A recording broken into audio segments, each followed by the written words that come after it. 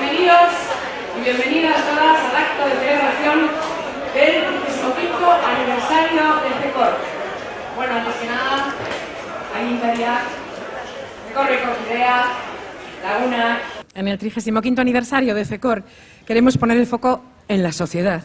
Queremos tener un detalle y reconocer el trabajo de las personas e instituciones que veláis por los derechos de las personas con discapacidad, que trabajáis para hacer las vidas más fáciles y que contribuís a crear una realidad cada día más aumentada, cada día más inclusiva. A Eduardo Martín Pérez, chofer de Transporte Escuadra, por favor, sube.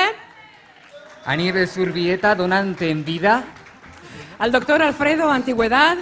A las profesoras Leide Darreche de la UPV HU y Lander Insausti de Begoñako Andramari Unibertsitatea. A Aurora Madariaga, de la Cátedra de Ocio y Discapacidad de la Universidad de Deusto, que este año cumple 20 años. También agradecemos su apoyo a José Ramón Dios, investigador del Centro Tecnológico Gaikerica 4. Hombre, apellidándote Dios, si no das ayuda. A Jesús Coterón, de la Asociación de Prensa de Vizcaya, también, por favor. A Óscar Galdós, voluntario de FECOR. A doña Pilar Ardanza, diputada foral de Acción Social. Pilar. A Juan María Burto, consejero de Asuntos Sociales del Gobierno Vasco.